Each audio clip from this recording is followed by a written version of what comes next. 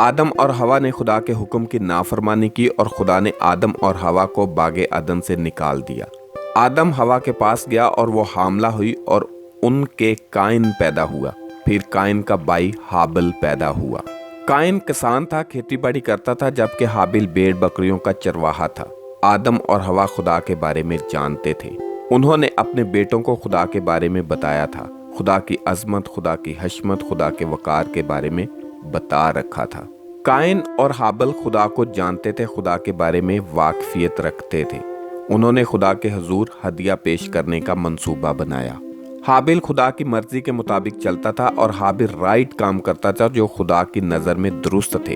अब होता यूं है, हाबिल भेड़ बकरियों के कुछ पलौठे बच्चों का और कुछ उनकी चर्बी का हदिया खुदा के हुजूर लाया और खुदा ने हाबिल को और उसके हदिये को मंजूर किया। काइन खुदा की मर्जी के मुताबिक नहीं चलता था और काइन राइट काम नहीं करता था जो खुदा की नज़र में दुरुस्त थे। काइन भी अपने अनाज में से कुछ अनाज हदिये के तौर पर खुदा के हुजूर लेकर आया और खुदा पाक ने काइन के हदिये को कबूल नहीं किया।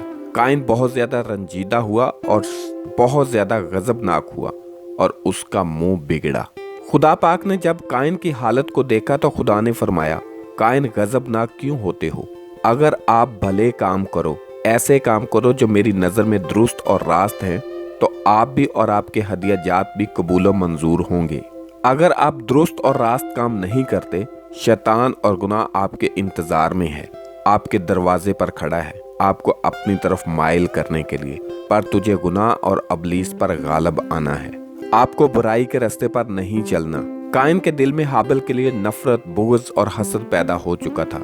काइन के दिल में था कि मेरा हदिया क्यों कबूल नहीं हुआ जबकि हाबिल का हदिया कबूल हुआ है। काइन अपने भाई हाबिल को खेत में ले जाता है। वहां काइन ने अपने भाई हाबिल पर हमला किया और उसे कत्ल कर डाला। तब खुदा पाक ने काइन से दरियाफ्त किया कि तेरा भाई हाबिल किधर है? नजर नहीं आता। हाबिल कहाँ है? और काइन इस राज को छुपाने की कोशिश करता है कि मुझे मालूम नहीं। क्या मैं अपने भाई का मुहाफ़िज़ हूँ? काइन का ख्याल था कि मैं इस बात को छुपा लूंगा, क्योंकि जब मैंने हाबिल को कत्ल किया था किसी ने भी नहीं देखा था।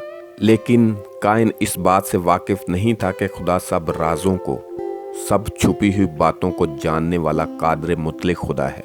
तब खुदा ने काइन से कहा, तूने ये क्या किया? अपने ही भाई हाबिल को कत्ल कर दिया। तेरे भाई का खून जमीन में से मुझे पुकारता है। अब तू जमीन की तरफ से लानती हुआ। इस तरह इस कुरे अर्ज पर पहला कत्ल भाई ने भाई का किया। काइन ने अपने ही भाई हाबिल को कत्ल किया। इस सारे किस्से से मेरे लिए और आपके लिए क्या सबक है? नंबर 1, अपने बच्चों को अपने माबूद मालिक खुदा कादिर मुतलिक के बारे में बताएं। खुदा पाक के फरमान, खुदा पाक की तालीम अपने बच्चों को लाजमी दे, जैसे आदम और हवा ने अपने बेटों को दी थी। नंबर 2, खुदा पाक की नज़र में मकबूल होने के लिए ज़रूरी है कि खुदा की मर्जी के मुताबिक ज़िंदगी बसर की जाए।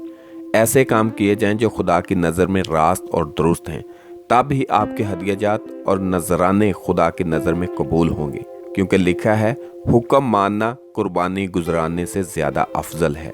नंबर 3, हसद, बुग़्ज़ और नफरत से जितना बचा जा सके बचो। इसकी शिद्दत इंसान को बड़े से बड़े गुनाह करने पर उकसा देती है, जैसे काइन ने हसद, बुग़्ज़ और नफरत की वजह से अपने ही भाई को कत्ल कर दिया। नंबर 4, इंसान कोई भी गुनाह बदी जितना भी छुप कर करे, खुदा की नज़र से कभी नहीं छुप सकता। खुदा पाक इंसान के ख्यालों, मंसूबों, सोचों से वाकिफ है और खुदा से कोई भी बात छुपी नहीं रह सकती। ये थी आज की कहानी और इसका हासिल कलाम। अगर पसंद आए तो लाइक और शेयर ज़रूर करें। कमेंट करके ज़रूर बताएं कि वीडियो आपको कैसी लगी।